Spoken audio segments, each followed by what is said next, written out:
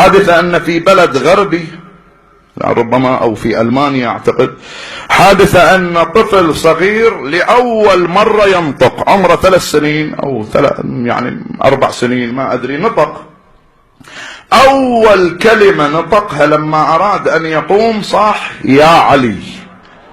اللهم صل على محمد وآل محمد.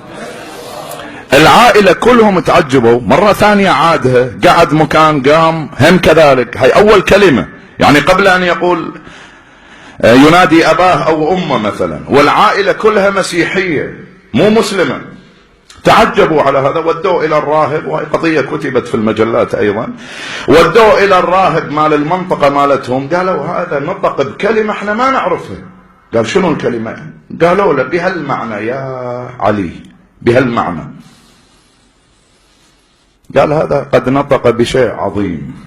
وهم الكبار مالهم هم يعرفون، ترى يدرون، وحتى الكبار من المسلمين هم يعرفون، بس اكو ناس يعرف ويحرف، يعرفون نعمة الله ثم ينكرونها.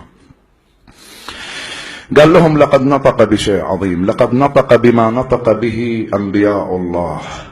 قالوا لمن أنبياء الله؟ قال من تؤمنون به، عيسى المسيح اليسوع نطق بهذا الشيء، وغيره من الأنبياء، وخاتم النبيين عند المسلمين في حروب كان ينادي بهذه الكلمة يا علي. هذا يا علي.